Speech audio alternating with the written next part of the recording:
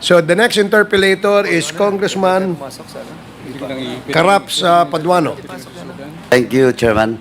Anyway, Mr. Chairman, before I proceed with Ms. Aka Alice Go, I will direct my question to Ms. Cassandra Ong.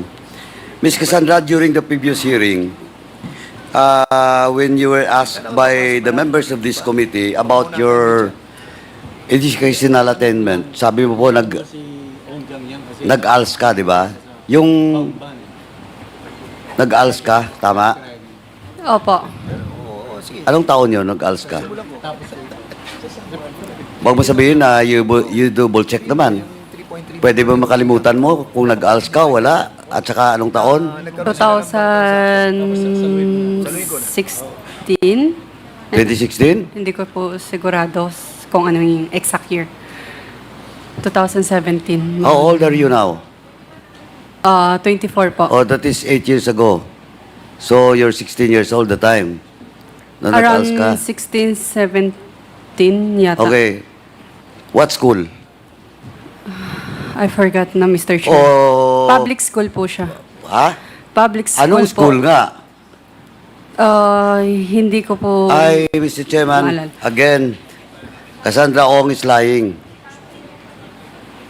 Pwede ba yun? Na hindi mo alam kung saan school ka na-enroll for the ALS? Oh. Baka hindi ka nag-ALS. Baka sa ibang bansa ka nag-aral. Pwede po magsabi. Yes. Mr. Chair, hindi po.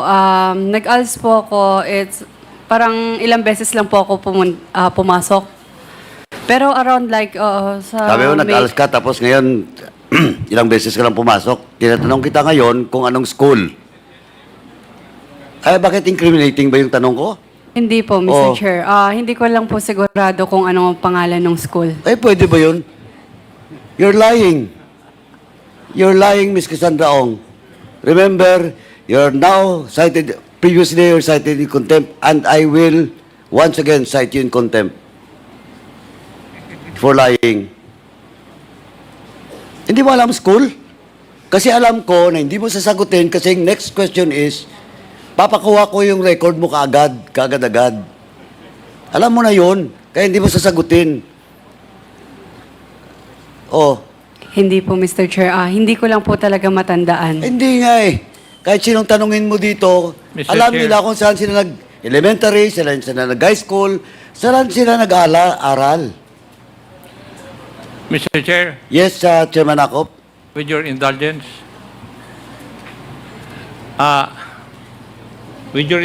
Mr. Chair. I yield my time to, No, I just want to ask Miss Ong. Ako po yung matanda na eh, pero alam ko pa rin kung saan ako nag-graduate ng elementary school. Alam ko rin kung anong buwan at taon ako kinasal. Tapos ikaw, batang-bata ka pa, hindi mo alam kung saan ka nagtapos. Anak ng tinapay naman, oo. Ay, mapipilitan akong i-second yung susunod ni Honorable Paduano. Oh, Miss Cassandra Ong. I-double check ko lang po. Oh, right yun, now. hindi, I will not accept that answer of yours. But, Eto, yung mamamayan na nanonood sa atin. Lahat dito nandito. Alam nyo kung saan kayo nag-graduate elementary, di ba? Alam nyo kung saan kayo nag-graduate high school? Alam nyo kung nag-ALS kayo, saan kayo nag-ALS? Ako alam ko, Mr. Chair. O, alam mo, ko. di ba? Hindi naman may edad lang, pero hindi matanda. Si Chairman Abante, alam niya. Why you're asking your lawyer? Bakit mo ba check? Hindi, Mr. Chairman. Isang tanong pa lang to. Miss Alice Go, ang dami, Cassandra Ong, ang dami pa akong tatanungin sa iyo. But, Mr. Chairman, with that, once again, I move to cite in contempt Miss Cassandra Ong for not answering the question of this representation in violation of our internal rules, Section 11, Paragraph C of our internal rules. Second. Ako. There's a motion to cite in contempt Ms. Cassandra Leong for violating Section 11, Paragraph C of the Rules of the House. Any second? Duly seconded. Any objections? No objections. The motion is approved. She is now cited in contempt, the second time. Second motion, Mr. Chairman, from any members. Mr. Chair? There was a second. Yes, Congressman Akop. Since Ms. Cassandra Ong was already cited in contempt, may I move that she be detained sa Correctional Institute for Women if our detention facilities would already be full? So move, Mr. Chair. Second, There's a motion to detain Ms. Cassandra Ong at the Women's Correctional Center. Duly seconded. Any objections? Hearing none, the motion is approved. Chairman. Third motion? Wala nang third, second na, Mr. Chairman. Anyway, Mr. Chairman, ganito lang po, yun lang pong first question ko kanina. But alam ko po, kanina pa, in fact, when Cassandra Ong was asked by Congressman Pimentel, alam mo kasi, yung mga tinatanong kanina ni Chairman Pimentel was already on record. Ms. Cassandra Ong. And during the time when we asked Ms. Macarinas, nandyan ka. And you never denied the statement of Ms. Macarinas.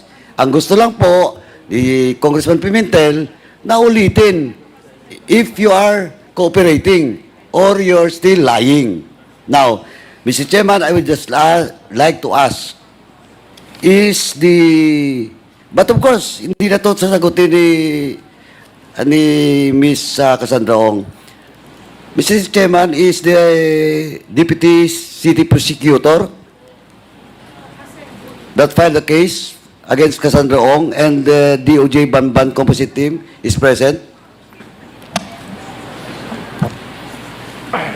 Yes, I think they're Good present. evening, Mr. Chair. Please identify yourself. Deputy City Prosecutor Benjamin Sampson, Your Honor. Have you taken your oath? Not yet, Your Honor. Comsec, please administer the oath of Deputy Prosecutor. Please stand, sir.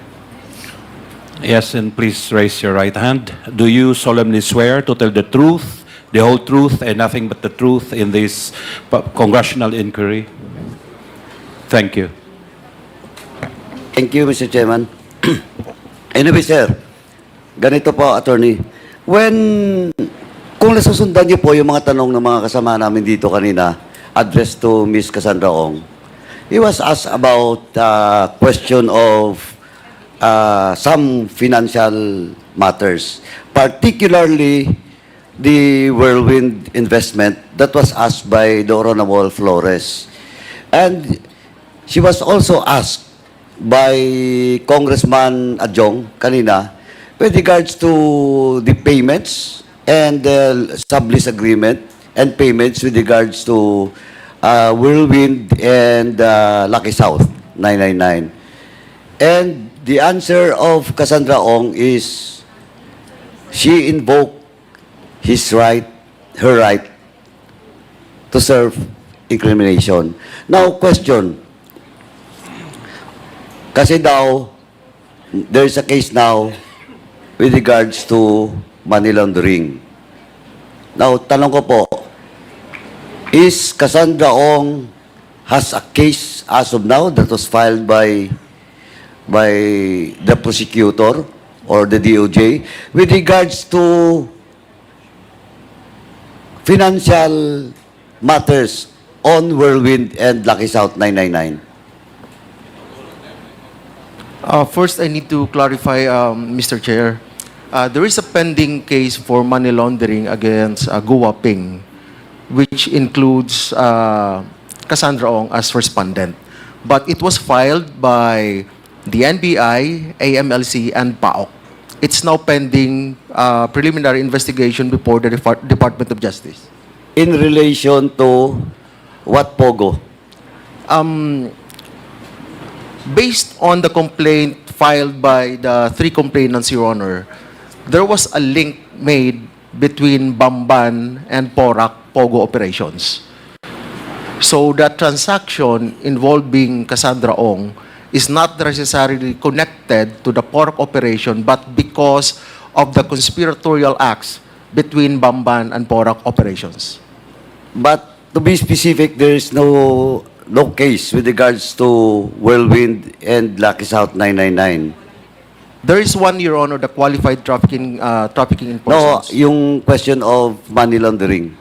None so far, Your Honor. None But so I far. believe, based on the information we have, our law enforcement agencies are conducting their case build-up, and I believe they're also planning to file a money laundering case for the Porac operations. But as of now, wala pong kaso. Wala pa po. Okay. That is why, Mr. Chairman, I just want to establish that Ms. Cassandra Ong is lying when she was asked by Congressman Adjong and Congressman Kit Flores with regards to investment of Whirlwind and the payment on the sublease agreement between Whirlwind and Lucky South.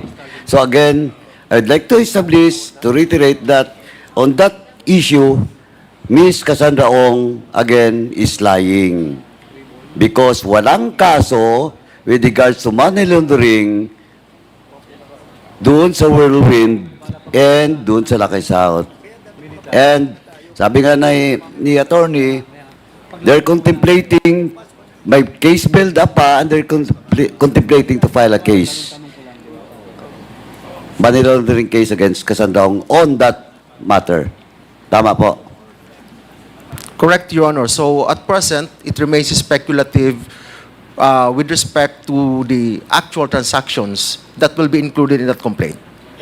Tama. So again, Mr. Chairman, for the record, yung second question ko sana address to Cassandra Ong, but wala siya, but I know he will not answer that. She will not answer that because that was the question raised by Kong Adjong and Kong Flores.